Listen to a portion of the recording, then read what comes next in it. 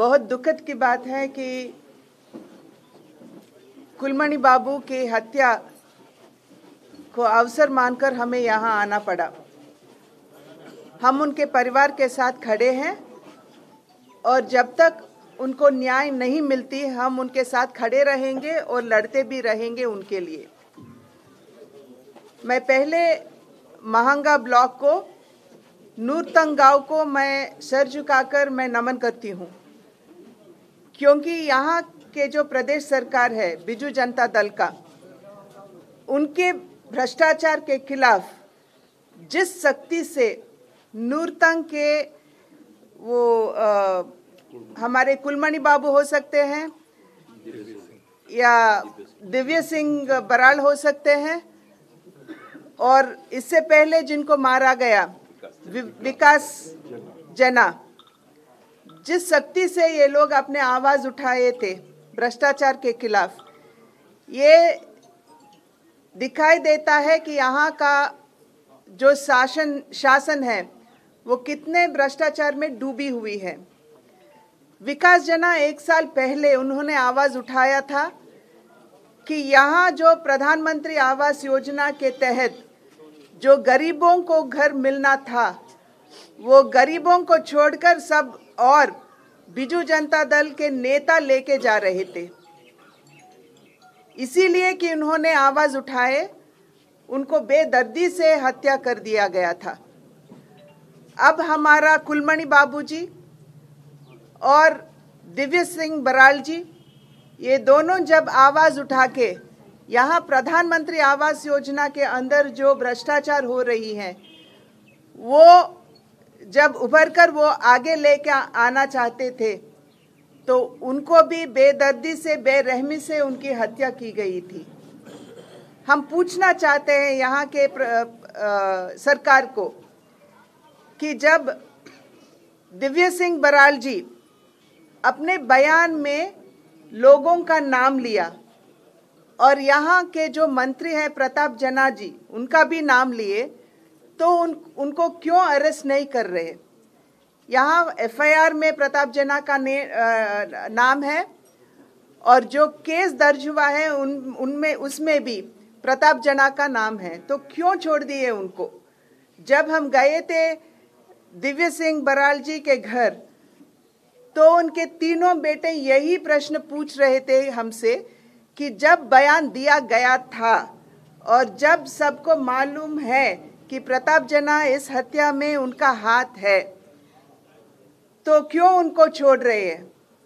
हम नवीन बाबू से हाथ जोड़कर अनुरोध करना चाहते हैं कि आप बाहर आइए, थोड़ा आंख खोलकर देखिए, थोड़ा कान खोलकर आप सुनिए।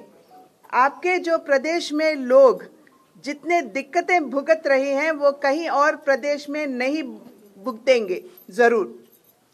यहाँ के कटक का जो किसान भाई है, अगर उनसे भी पूछे तो रणेंद्र प्रताप सिंह जो है, रणेंद्र प्रताप स्वाइन, उनका भाई खुद किसानों को जो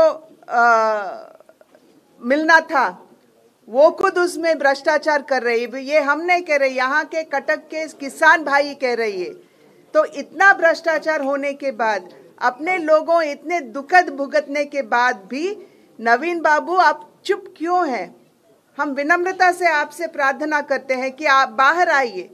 आपने एक बार कहा कि मेरा 4.5 करोड़ बच्चे हैं, उन बच्चों में कुलमणि बाबूजी भी एक है, उन बच्चों में दिव्य सिंह बराल जी भी एक है, और जो 1 साल पहले मारा गया विकास जना वो भी एक है। तो ये सब आप ही के बच्चे हैं, तो आप क्यों उसका संरक्षण नहीं कर पा रहे हैं? यही हम पूछना चाहते हैं नवीन बाबूजी से और यहाँ के बिजू सरकार को कि आप न्याय दिलाए, अपने लोगों के साथ खड़े रहें। आप पर विश्वास करके ही यहाँ के लोग आपको वोट दिए, आपको सत्ता में लेके आए। आप आज उनके प्रति न्याय नहीं करोगे तो वो विश्वास टूट जाएगा, तोड़ दिए आप। तो आपको यही पूछना है कि आप आगे आइए, यहाँ के लोगों के साथ खड़े रहिए और हमारे कुलमणि बाबू वो नूरतंग गांव का है, वो जरूर नूर है, और उनके परिवार को इतना तंग करना ये ठीक नहीं है नवीन बाबू के लिए। उनका जो आक्रोश है वो श्राप बन सकता है और बनेगा भी। इसीलिए हम कहते हैं कि ये जो भारतीय जनता पार्टी के कार्यकर्ताओं के प्रति ये हत्याकांड हो रहा है, अभी जब हम गए थे दिव्य सिंह बराल के घर तो उनके बेटे ने खुद कहा कि अब तक भारतीय जनता पार्टी के कार्यकर्ताओं के हत्या शाम को हो रही है, और अगर ऐसा ही छोड़ देंगे तो दिन दिहाड़े उनका हत्या हो जाएगा। ये प्रतीक है कि यहाँ का जो प्रशासन है, यहाँ का जो सरकार है, जिस तरह से सरकार चल रही है यहाँ पे, ये इसका एक मिसाल है। तो हम यहाँ के लोगों से भी, उड़ीसा के लोगों से भी यही हम बताना चाहते हैं कि एक बार आप समझ जाइए कि ये जो सरकार अभी सत्ता में है ये आपके साथ खड़े होने वाली सत्ता नहीं है, क्योंकि हर एक जिस दिशा से भी, जिस एंगल से भी आप देखो तो हर एक को किसी न किसी दुखद आज भुगतना पड़ रहा है इस प्रशासन के अंदर।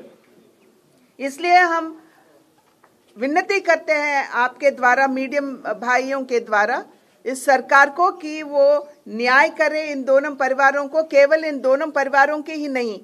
जैसे हम देख रहे हैं यहाँ लॉ एंड ऑर्डर पूरा गड़बड़ है, जैसे छोटे बच्चों को का तस्करण हो रहा है, जैसे महिलाओं पर अत्याचार हो रही है।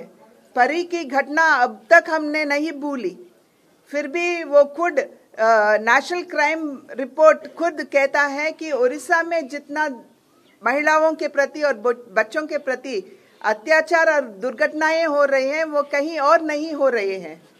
और इसका रिकवरी, तस्करण होना एक बात है और इसका रिकवरी केवल 14% है यहाँ उड़ीसा में। ये बहुत दुखद की बात है। हमारे बच्चे का अपहरण किया जा रहा है, यहाँ के महिलाओं पर